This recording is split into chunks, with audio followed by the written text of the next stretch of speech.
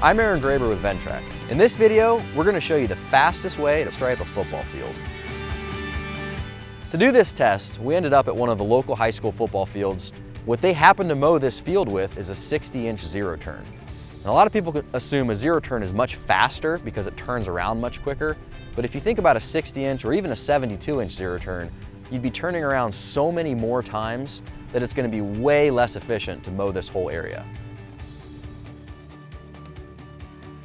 This deck has a 95-inch cut width and is a big, fast mowing machine.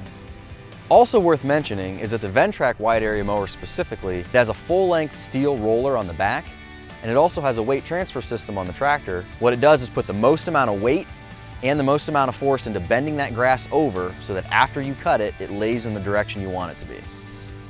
Also, because of the mowing pattern that we did to get the single direction stripes for every 5 yards, we never actually had to turn around and make a 3-point turn. It allows you to pull this off using 2 passes within each 5-yard line. You'll start at one end of the field and mow your end zone.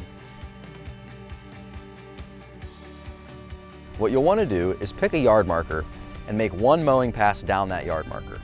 Then skip one deck width and go back the other direction on the next yard marker. That'll leave you with 2 unmowed strips. You can clean up those 2 passes that you left in the same direction that you traveled the first pass, and you'll have 2 5-yard spans striped in opposite directions.